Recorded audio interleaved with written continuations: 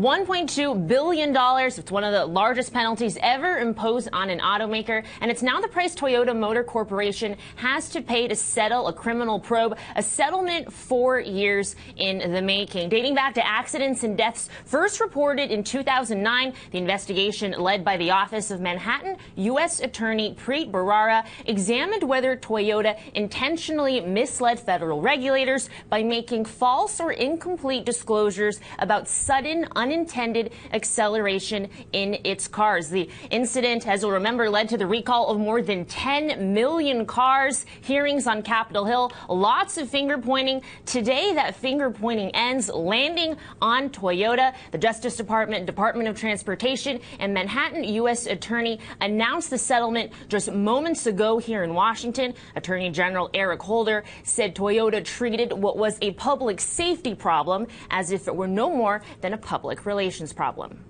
Put simply, Toyota's conduct was shameful. It showed a blatant disregard for systems and laws designed to look after the safety of consumers. By the company's own admissions, it protected its brand ahead of its own customers. This constitutes a clear and reprehensible abuse of the public trust.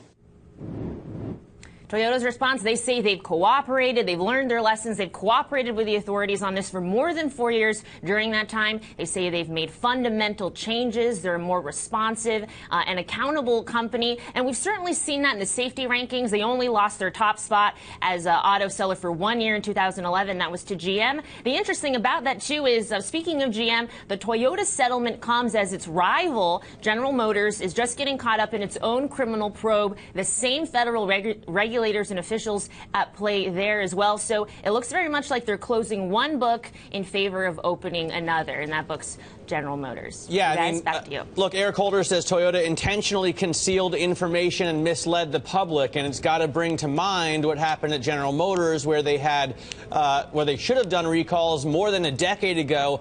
They didn't, and the problems linked to those recalls actually may have caused deaths. In fact, not just one or two, but dozens, taking dozens of lives.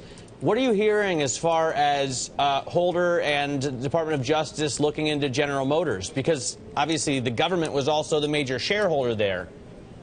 Right. So that, of course, is we're just at the beginning stages of that specific investigation, that probe. The fact that they're closing this Toyota probe, the timing, very interesting. The fact that they would close this now would have one, assume that perhaps they want to focus all of their attention now on General Motors. Like you said, dozens of deaths reported. The Toyota incident had mounting deaths as well. So it's really interesting. It's something that we're going to have to look into. Today, Erik struck a very stern tone. He didn't mention General Motors specifically, but he did say that this case would set a precedent, that automakers can't continue to act this way. So we'll see how that plays out with the General Motors. Yeah, how could you not mention GM when talking about this?